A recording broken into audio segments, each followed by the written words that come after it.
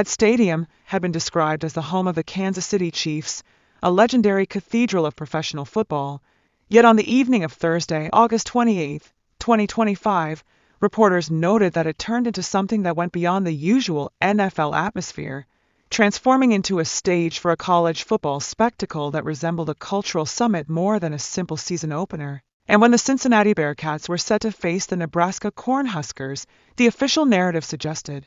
the clash itself was important, but what happened inside the bowl of the stadium became unforgettable for reasons that stretched far beyond the scoreboard, as witnesses explained that anticipation hung in the Missouri air while more than 76,000 fans filled the seats, the crowd a nearly equal division of Nebraska red pride and Cincinnati's vocal travelers, creating a sea of colors,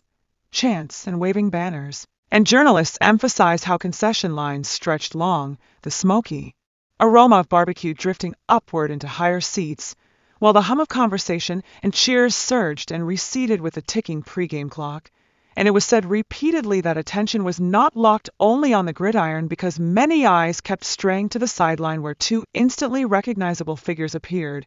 figures that even hardened supporters double-took when they spotted them,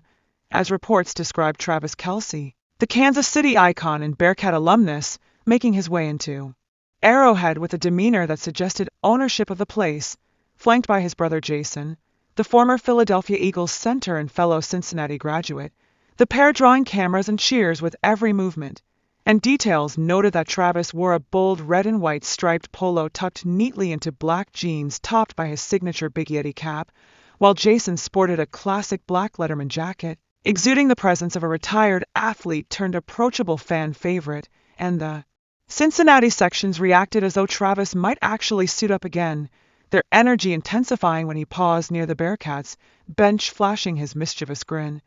At which point a staffer presented him with a sleek black box marked with a Jumpman logo that gleamed beneath the lights, and observers recalled how with a theatrical gesture he opened it to reveal Nike Air Diamond Turf sneakers, a revived model originally tied to Deion Primetime Sanders, shining in black and white with metallic accents reflecting stadium beams, and reports quoted him calling out to Jason that the shoes represented primetime style for the night, drawing laughter and camaraderie from his brother, with Bearcats' social media instantly immortalizing the moment under captions about Kelce bringing Deion's flair to Arrowhead,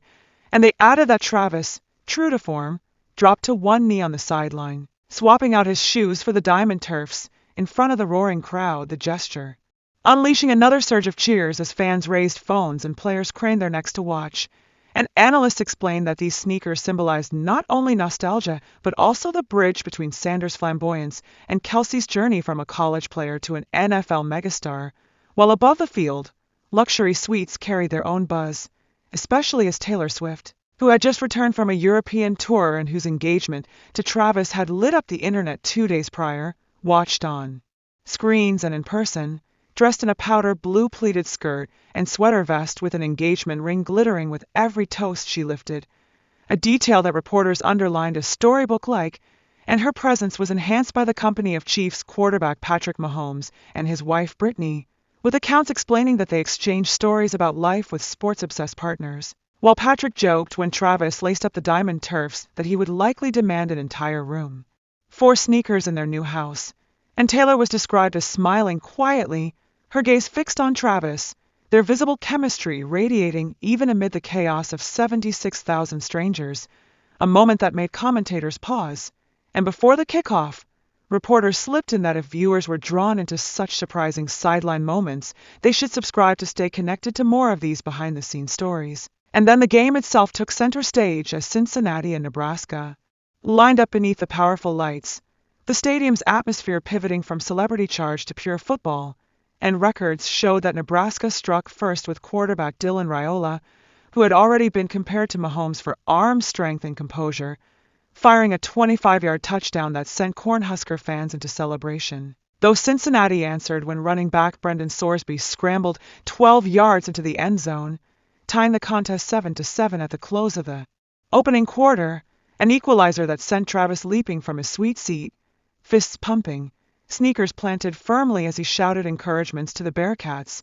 urging them to keep battling, and in the second quarter both teams traded field goals, with defensive stands adding tension as every play seemed capable of shifting momentum. While at one moment Travis stepped away, privately where another box awaited, containing Air Jordan 11 Concords, described as holy grails among sneaker collectors, though he did not wear them then, but conversed with a Nike representative about possible future collaborations, remembering in conversation his early splurge on Nike Air Mags. Those self-lacing pairs symbolic of both fandom and his first taste of NFL earnings, and Taylor was said to have joined him briefly, teasing him about shoes he had once worn during a surprise appearance on her stage in London. The couple's laughter echoing in the private space before halftime drew everyone back,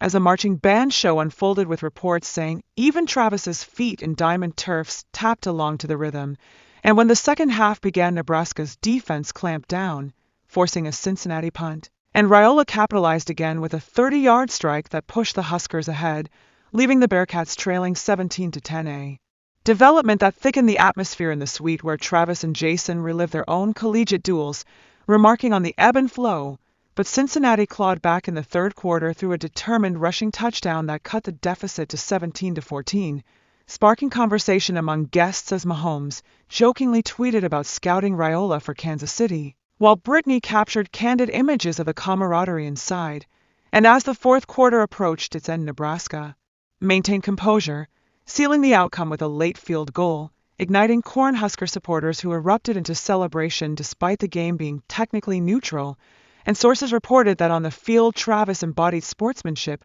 hugging his brother, congratulating players on both sides, and handling questions from reporters focused less on the final score than on the viral sneaker moment. His once gleaming diamond turfs, now grass-stained, yet elevated into symbols of the night's legacy. And as fans trickled into the humid Missouri darkness, the stadium still pulsed with aftershocks of what had unfolded,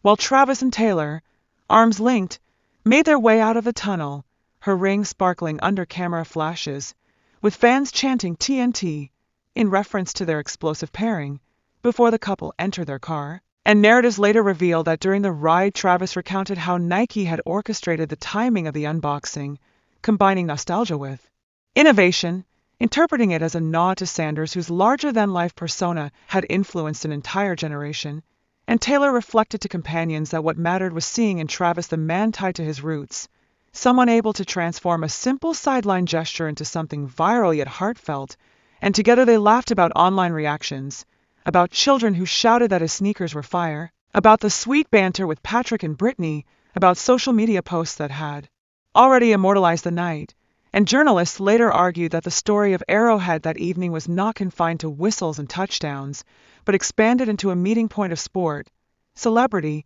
nostalgia, and culture, shaping memories for Bearcats fans who felt connected to a larger stage, Cornhusker followers who reveled in triumph, sneaker enthusiasts who witnessed a legendary flex, and for Kelce and Swift, another unforgettable page in their growing relationship, reinforcing why supporters loved not just the games but also the stories woven around them, reminding audiences that sometimes the most enduring tales occurred off the field. And in coverage the following day, many concluded that such intersections of personality, tradition, and love created moments destined to echo far longer than the final scoreboard. An assessment that suggested fans wanting to relive these unique crossovers should subscribe, so they would not miss further glimpses into how sports and culture keep merging in unexpected ways. And that summary completed what on paper had been a regular college football season opener yet had unfolded as a vibrant convergence at Arrowhead,